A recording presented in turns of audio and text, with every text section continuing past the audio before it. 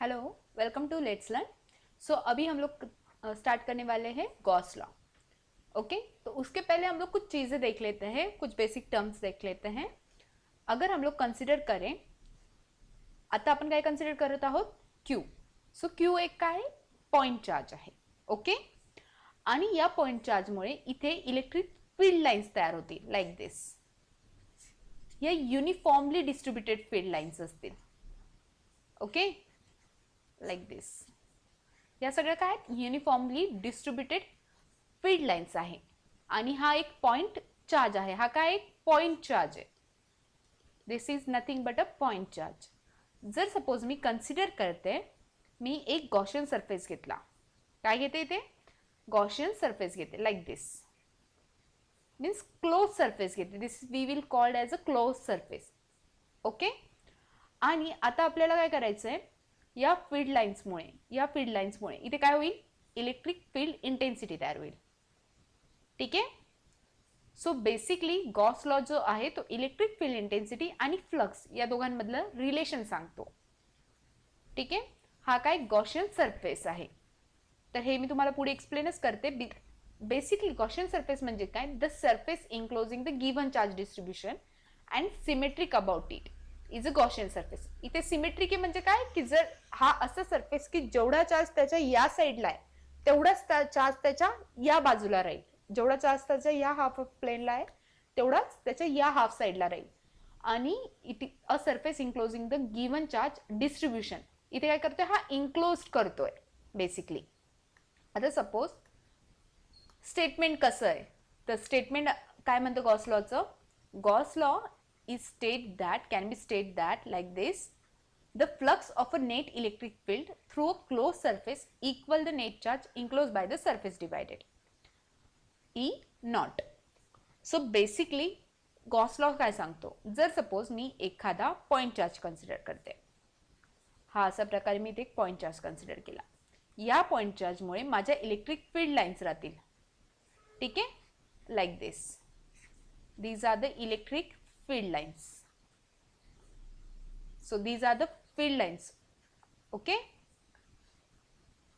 आणि मी आता काय करते, एक जो गॉशियन सरफेस जो असतो तो तुमचा इमॅजिनरी असतो कम्प्लिटली. हा व्हर्च्युअली असतो गॉशियन सरफेस. आता मी काय केलं, इथे एक गॉशियन सरफेस कन्सिडर केला. हा काय माझा गॉशियन सरफेस. ठीक आहे, हा मी कन्सिडर केला. तो गॉसला काय सांगतो की या टोटल हा जो सरफेस आहे गॉशियन सरफेस आहे. ठीक आहे, गॉशियन सरफेसमध्ये जेवढा तुमचा फ्लक्स इन्क्लोज्ड असतो, मीन्स याच्यामध्ये जेवढंही फ्लक्सचं डिस्ट्रीब्युशन झालेलं आहे, हे जे युनिफॉर्म डिस्ट्रीब्युशन झालेलं आहे फ्लक्सचं, ते काय असतं, total flux is equals to the flux of a net electric field through a closed surface is equal to the net charge enclosed by it and the surface divided E naught. Means basically equal charge means total charge divided by epsilon naught. तिथे epsilon naught का घेतलाय, कारण इथे जी medium आहे ती आहे तुमची air और व्हॅक्यूम. जर सपोज तुम्हाला दुसरी मीडियम दिली, मीन्स डायइलेक्ट्रिक मीडियम दिली, आणि त्या मीडियम म्हणजे सांगितलं की दुसरी एखादी डायइलेक्ट्रिक मीडियम आहे, तर तिथे काय येईल तुमचं, ईच्या ऐवजी इज इक्वल्स टू ॲप्सिलॉन नॉट के, आणि कॉन्स्टंट के ची व्हॅल्यू तुम्हाला दिलेली राहील, आणि ही राहील तुमची relative dielectric medium. Okay, so हा झाला तुमचं गॉस लॉचं एक स्टेटमेंट की टोटल जो फ्लक्स इन्क्लोज्ड आहे गॉशियन सरफेसमध्ये that is equals to total charge by permittivity. So ही परमिटिव्हिटी डिपेंड आहे, डायइलेक्ट्रिक मीडियमची राहू शकते, अदरवाइज एअरची राहू शकते. क्वेश्चन मध्ये तुम्हाला दिलेलं राहील की कोणती मीडियम आहे. आता आपण कन्सिडर करूया, आता डेरिवेशन एक स्मॉल डेरिवेशन आहे. ठीक आहे, सपोज अगेन पॉइंट चार्ज घेतला क्यू. ठीक आहे, सो पॉइंट चार्ज घेतला इथे क्यू आणि याला डिस्ट्रीब्यूट केलाय लाईक दिस. पॉइंट चार्ज इथे क्यू लाईक दिस, आणि फील्ड लाईन्स डिस्ट्रीब्यूट झालेल्या आहेत अशा प्रकारे. अगेन गॉशियन सरफेस घेतला. ठीक आहे, सो गॉशियन सरफेस काय येईल तुमचा, हा हा मी एक गॉसियन सरफेस घेते. ओके, सो बेसिकली मी आता या पॉइंटला electric field intensity find out करते. या पॉइंटला मी electric field intensity find out करते. ठीक आहे. सो तुमची सरफेसची डायरेक्शन कशी आहे? ही तुमची सरफेसची डायरेक्शन आहे ds. And electric field lines ते आहेत त्या सुद्धा कशा आहेत? आउटवर्ड आहे. मीन्स इलेक्ट्रिक फील्ड लाईन्सची डायरेक्शन पण कशी आहे? आउटवर्ड आहे. ठीक आहे. तो गॉसियन लॉ काय सांगतो? Gaussian surface Gaussian like Gauss law काय सांगतो तुम्हाला की कुठेही इथे जर सपोज मी कॅल्क्युलेट करते डी फाय. ठीक आहे.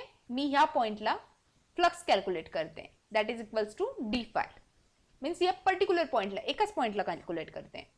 So that will be equals to cross product of vector quantity of E dot product of vector quantity of E and vector quantity of ds.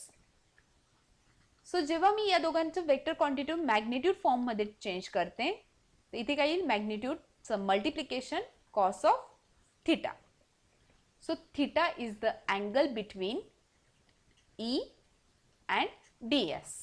Okay, so basically हा theta जो angle आहे तो काय? E and ds मधला angle आहे. आणि इथे बघा व्यवस्थित ज्या डायरेक्शन मध्ये तुमचा इलेक्ट्रिक फील्ड लाईन्स आहेत सेम डायरेक्शन मध्ये तुमच्या सरफेसची पण डायरेक्शन आहे. मीन्स जो सरफेस आहे तो पण आउटवर्डच्या डायरेक्शन मध्ये अँड इलेक्ट्रिक फील्ड लाईन्स पण सेम डायरेक्शन मध्ये. त्यामुळे ह्या दोघां काय एका फेज मध्ये, त्यामुळे थिटा अँगल काय येईल?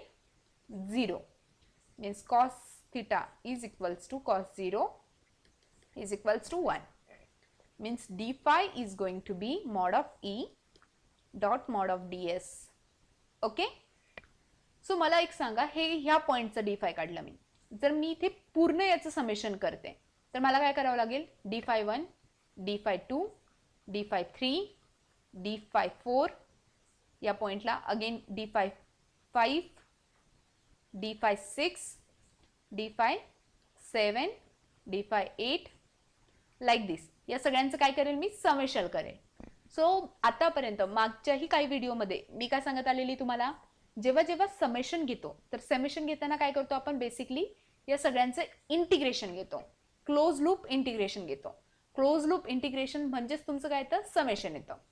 आणि ते प्रत्येक वेळेस तुमचा सरफेस आणि electric field lines, electric field हे काय येणार आहे? दोघं इन फेज येणार आहे. मीन्स प्रत्येक वेळेस तुमचा थिटाचा अँगल काय राहील? 0 डिग्री. सो जेव्हा मी टोटल फ्लक्स काढते, this is your total flux. Total flux is equals to means एका पॉइंट मध्ये जे मिळालेलं फ्लक्स आहे त्याचं close loop integral. Means close loop integral of E ds. E तर तुमचा कॉन्स्टंट आहे, मीन्स ई बाहेर येऊन जाईल आणि क्लोज लूप इथे काय बनेल? Close loop integration of surface. So actually हा डिपेंड राहील. आणि हा कोणाचा आहे? गॉसियन सरफेसचं इंटिग्रेशन घेतोय आपण, हे लक्षात ठेवा. ठीक आहे, हा कशाचं इंटिग्रेशन घेतोय? गॉसियन सरफेसचं. सो डिपेंड राहील की तुम्ही गॉसियन सरफेस कसा घेता. जर तुम्ही सर्क्युलर घेतला तर तुमचं सरफेस इंटिग्रल सर्क्युलरचं येईल. जर तुम्ही स्पेरिकल घेतला तर सरफेस इंटिग्रल स्पेरिकलसाठी येईल, एरिया स्पेरिकलचा येईल. जर सपोज तुम्ही सिलेंड्रिकल घेतलं तर तुमचं इथे याची व्हॅल्यू काय येईल? एरिया, याचा एरिया काय येईल? सिलेंड्रिकलसाठी. शीट घेतली तर तुम्ही ती स्क्वेअर शीट येईल तुमची बेसिकली. ठीक आहे. सो मीन्स मी ते म्हणू शकते like this, flux is equals to, this is total flux is equals to, दोन इक्वेशन्स मिळाले आपल्याला. एक काय? Total charge by epsilon naught. आणि एक दुसरं इक्वेशन काय मिळालं आपल्याला? ई डॉट ds, दोघांची मॅग्निट्यूड आणि close loop integration like this. आणि हे दोघंही इक्वेट करू शकते मी एकमेकांसोबत. तर त्याच्याने मला मॅग्निट्यूड ऑफ ई पण मिळेल. Means Q by E naught is equals to E close loop integration of ds. Means E is equals to Q divided by close loop integration of ds epsilon naught. हे अशा प्रकारेही करू शकते मी. जर suppose तुम्हाला Gaussian surface कोणत्या शेपमध्ये आहे हे माहीत झालं तर तुम्ही त्याचा एरिया इथे टाकून electric field intensity, total electric field intensity find out करू शकता. ओके. सो हा तर झाला तुमचा गॉस लॉ. आय होप तुम्हाला गॉस लॉ कळाला असेल. सो बट काही गोष्टी आहेत मी तुम्हाला सांगते एक्स्ट्राचे पॉइंट्स येणार आहेत, आपण त्या व्हिडिओमध्ये नेक्स्ट अपकमिंग व्हिडिओमध्ये बघणार आहोत. बस मी इथे तुम्हाला एक हिंट देते. Okay, suppose if we have a point charge Gaussian surface then it will be a sphere. Means जर सपोज आता मी काय घेतलं होतं, पॉइंट चार्ज घेतला होता, आत्तासाठी एक्झाम्पलमध्ये पॉइंट चार्ज घेतला होता. सो त्याच्या फ्लक्स फील्ड लाईन्स अशा प्रकारे डिस्ट्रीब्यूट राहतात. So this is going to be equal to the sphere which is uniformly charge distributed. हा काय झाला स्पियर. स्पियर म्हणजे काय, एक तुम्ही बॉल घ्या किंवा 3D डायमेन्शन घ्या. सो त्याच्या अवतीभोवती काय तुमचा युनिफॉर्मली चार्ज डिस्ट्रीब्यूट आहे. मीन्स लाईक दिस. हे दोघंही इक्विव्हॅलंट आहेत, हे दोघंही इक्वल आहेत. ठीक आहे. Next statement is like this. Next statement is if the charge distribution is linear the Gaussian surface would be cylindrical. जर सपोज चार्ज डिस्ट्रीब्यूशन कसं आहे तुमचं, लिनियर आहे. लिनियर आहे मीन्स लाईक दिस. जर सपोज मी एखादी वायर घेतली, ठीक आहे, आणि याच्यातून चार्ज डिस्ट्रीब्यूशन काय राहतं माझं, लिनियर राहतं, पूर्ण लिनियरली प्रोपोर्शनल राहतं charge distribution. So basically Gaussian surface जो राहील तो काय राहील, सिलेंड्रिकल राहील. आणि जेव्हा पॉइंट चार्ज असतो तर गॉसियन सरफेस कसं होतं, स्पियर होतं, कारण ते तिन्ही डायमेन्शन्स मध्ये तिथे तुम्हाला मिळतं. चार्ज तिथे डिस्ट्रीब्यूट होतो म्हणजे काय, जर सपोज मी वायर कन्सिडर करते आणि या वायरमधून माझा चार्ज फ्लो होतोय, ठीक आहे, या वायरमधून चार्ज फ्लो होतोय, तर याच्या अवतीभोवती सरफेसवरती काय होईल, चार्ज ॲक्युमुलेट होईल. आणि हाच चार्ज मी गॉस लॉ थेरमने काढते वेगवेगळ्या पॉइंटवरती. आणि जेव्हा मी एखादा पॉइंट चार्ज घेते, मीन्स मी जेव्हा एखादा पॉइंट चार्ज घेते, सो तो चार्ज इलेक्ट्रिक फील्ड लाईन्स देतो 3 डायमेन्शनमध्ये. म्हणजे समजून घ्या की तुम्ही पृथ्वीच्या मध्यभागी बघतायत आणि पृथ्वीच्या मध्यभागी कसं तिन्ही डायमेन्शन्समध्ये वेगवेगळे आपण आर्क काढू शकतो. तर इन द सेम वे हा काय येईल, तिन्ही डायमेन्शन्समध्ये मीन्स लाईक दिस. एक इकडे स्वतःकडे, एक पाठीमागे अशी. इमॅजिन करा हा बॉल आहे, ठीक आहे. सो बॉल कसा असतो, स्पेरिकल. सो जो स्पेरिकल चार्ज डिस्ट्रीब्युशन असतो तो इक्वल्स असतो पॉइंट चार्जच्या. हे तुम्हाला येणाऱ्या व्हिडिओमध्ये कळेल जर आता कळालं नसेल तर. त्याच्यानंतर importance of Gauss law. So basically importance काय काय आहेत गॉस लॉचे. Gauss law gives the relationship between electric charge and electric field. Obviously Gauss law कोणाकोणामध्ये रिलेशन्स देतात, electric charge and electric field. आपण बघितलं होतं बघा, flux is equals to total charge by epsilon naught. So electric charge and then again flux is equals to E closed loop integration of ds. So आपण ह्या दोघांना equal करू शकतो, means Q by E naught is equals to E ds. म्हणजेच electric field आणि charge या दोघांमध्ये relation देतो कोण, गॉस लॉ. हे एक इम्पॉर्टन्स झालं. Second one is it is also provides equivalent method for finding electric field intensity by relating values of the field at a closed surface and total charge enclosed by the surface. Again आपण electric field intensity find out करू शकतो by considering the closed loop surface. ठीक आहे, हा एक importance आहे. It is powerful tool which can be applied for the calculation of electric field when it is originated from the charge distribution of sufficient symmetry.